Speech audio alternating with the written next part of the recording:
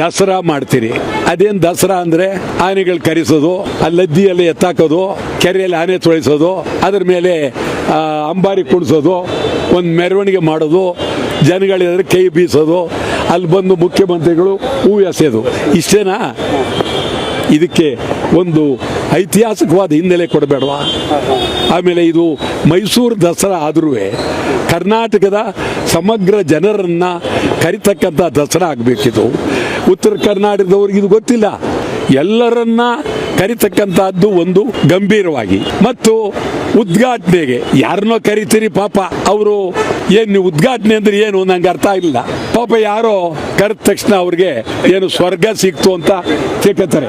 ಯಾರಾದರೂ ಬನ್ನಿ ಉದ್ಘಾಟನೆ ಮಾಡಿ ಬನ್ನಿ ಅಂದ್ರೆ ಸ್ವರ್ಗ ಸಿಕ್ತು ಅಂತ ತಿಳ್ಕೊಳ್ತಾರೆ. ಅವರು ಉದ್ಘಾಟನೆ ಮಾಡಕ್ ಬರ್ತಾರೆ. ಇಲ್ಲಿ ಯಾವುದೋ ಒಂದು ಹೋಟ್ಲಲ್ಲಿ, ಪಂಚದಾರ ಹೋಟ್ಲಲ್ಲಿ ಅವ್ರಿಗೆ ಸರ್ಕಾರದ ಪರವಾಗಿ ಇಳಿಸಿರ್ತೀರಿ, ಕಾರ್ನಲ್ಲಿ ಕರ್ಕೊಂಬರ್ತೀರಿ, ಅಲ್ಲಿ ಚಾಮುಂಡೇಶ್ವರಿ ದೇವಸ್ಥಾನಕ್ಕೆ ಕರ್ಕೊಂಡು ಹೋಗ್ತೀರಿ. ಯಾರು ಉದ್ಘಾಟನೆ ಮಾಡೋರು ಅಂತ ಅವನ್ನ ತಳ್ಳಿಬಿಡ್ತೀರಿ. ಎಲ್ಲ ಮುಖ್ಯಮಂತ್ರಿ, ಉಪಮುಖ್ಯಮಂತ್ರಿ, ಮಂತ್ರಿ, ಪೂಜಾರಿ ಎಲ್ಲ ನುರುಕಿ ಆ ಕೊರೆಗೆ ಹಾಕ್ಬಿಟ್ಟು ಅವನ್ನೆಲ್ಲಪ್ಪ ಅವನು ಉದ್ಘಾಟನೆ ಮಾಡೋನು ಹಿಡ್ಕೊಂಡ್ಬರ್ಬೇಕು ಪಾಪ.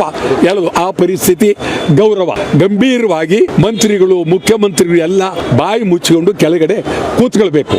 ಮೇಲೆ ಉದ್ಘಾಟನೆ ಮಾಡ್ತಕ್ಕಂಥವ್ರು ಅವ್ರು ಬಂದು ಗಂಭೀರವಾಗಿ ಮಾತನಾಡಬೇಕು.